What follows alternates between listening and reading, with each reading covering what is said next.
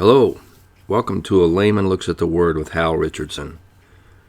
We're continuing with our study of the Nephilim, the giants in the Bible. This is Lesson 5. Last time we ended up with the story of David and Goliath, but there were other giants at the time of David. 2 Samuel 21:16. And Ishbib-en-Bob, which was of the sons of the giant, the weight whose spear weighed 300 shekels of brass in weight, is being girded with a new sword, is thought to have slain David. 2 Samuel 21:18. And it came to pass after this that there was again a battle with the Philistines at Gob. Then Sabinishai, the Hushionite, slew Saph, which was the sons of the giant. 2 Samuel 21:20. And there was yet a battle in Gath, where there was a man of great stature, had on every hand 6 fingers, and on every foot 6 toes, 24 in number. He also was born to the giant. 2 Samuel 21:22. These 4 were born to the giant of Gath, and fell by the hand of David, and by the hand of his servants.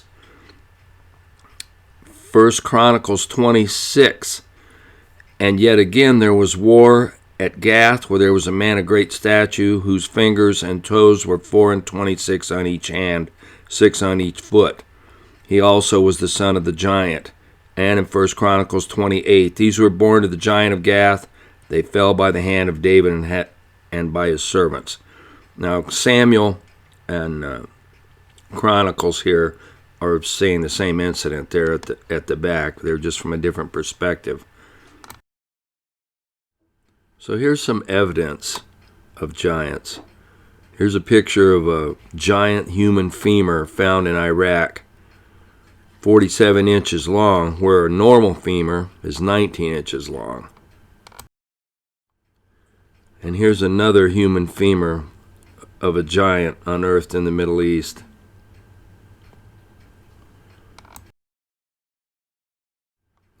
Here's a giant thumb bone that was found by Ron Wyatt over in the Middle East, compared to a normal human thumb bone. Here's an ancient footprint in stone that was discovered in South Africa. Here's another giant footprint in stone in Bangalore, India. You can see that the giants were all over the earth. Here's another footprint in stone in Pyongyang, China. These enormous skeletons were also unearthed in China.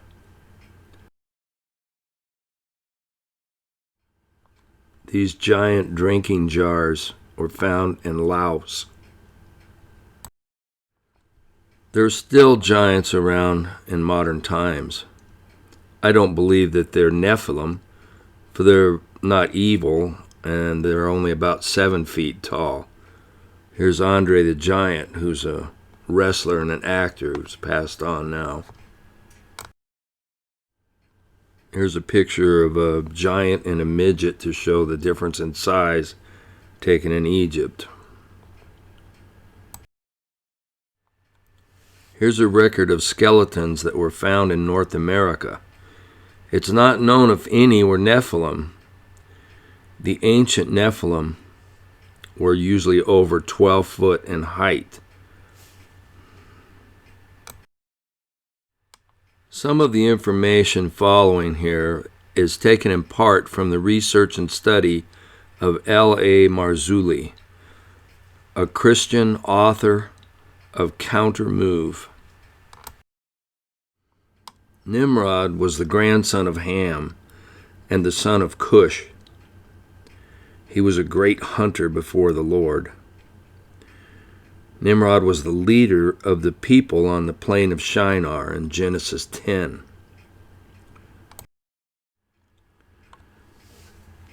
Nimrod led the people to build the Tower of Babel.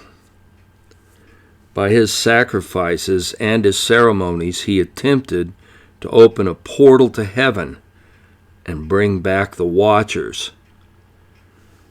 This was in order that he could receive more power, either from the Nephilim or trying to become a Nephilim himself.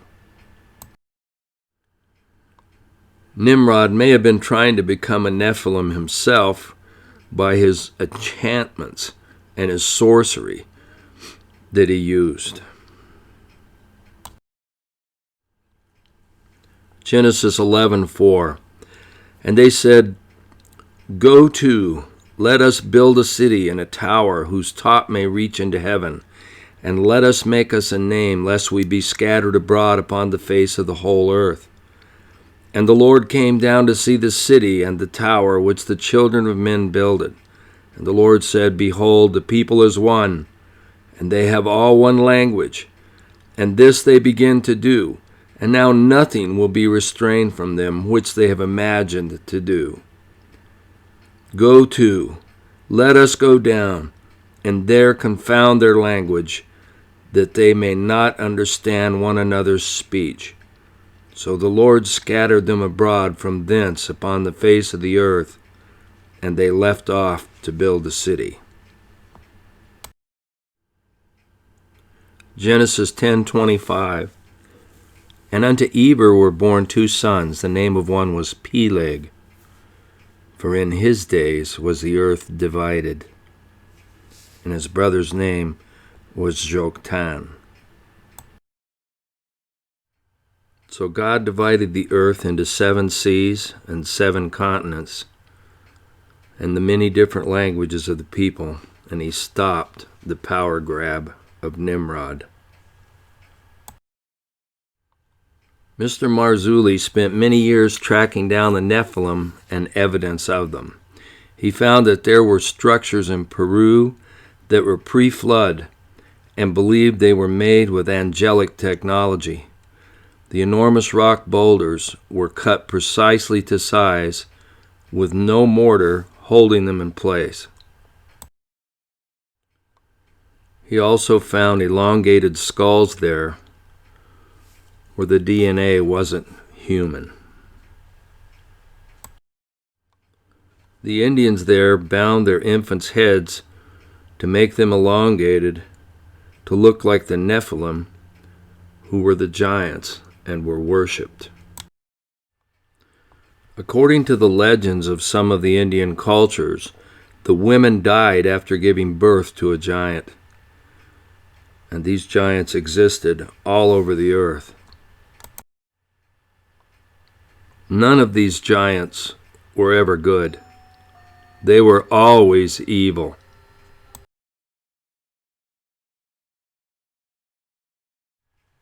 These giants forced the people to worship them. The first several chapters in the book of Enoch describe the Watchers. The fallen angel that led the 200 Watchers to mate with the earth women is called Samjaza. They took an oath on Mount Hermon that they would continue with this plan even though God would punish them. Hermon means oath.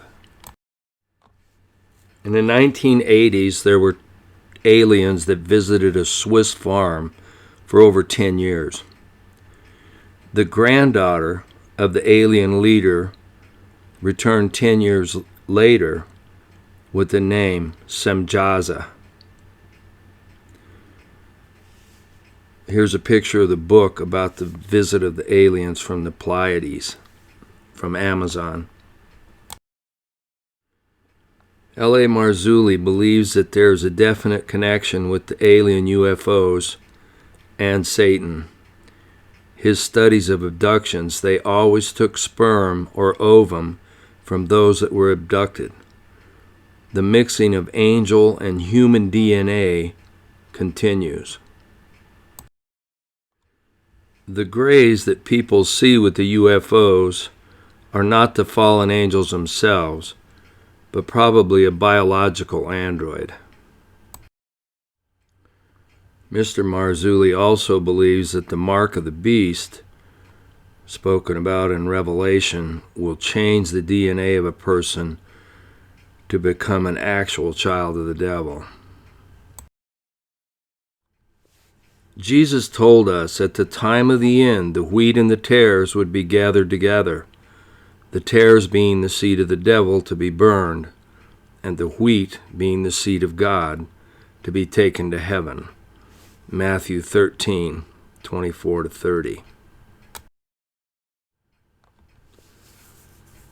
I agree with L.A. Marzulli that the UFOs are from the angelic realm. However, some are from God's angels and some are from the fallen angels and the devil. The ones operated by the demon realm are from ancient times and don't have the newer technology that has been consistently and constantly improved in the heavenly realm. In the first chapter of Ezekiel describes Ezekiel's vision of God's ship and those cherubs that pilot it from about 500 BC. The Bible speaks about God riding on the wings of the wind and on the clouds, and that he has chariots of fire. There are several things that are hard for us to understand without seeing them or knowing them, but they're still true. Well, that's going to conclude our message today. Remember this, that Jesus is the center of the Bible, and as far as God's concerned, the center of all history. Everything centers around the cross concerning mankind and their salvation. If you don't know him today, ask him into your life. Join me next time when I'm going to conclude our study on the giants and the Nephilim. Bye for now.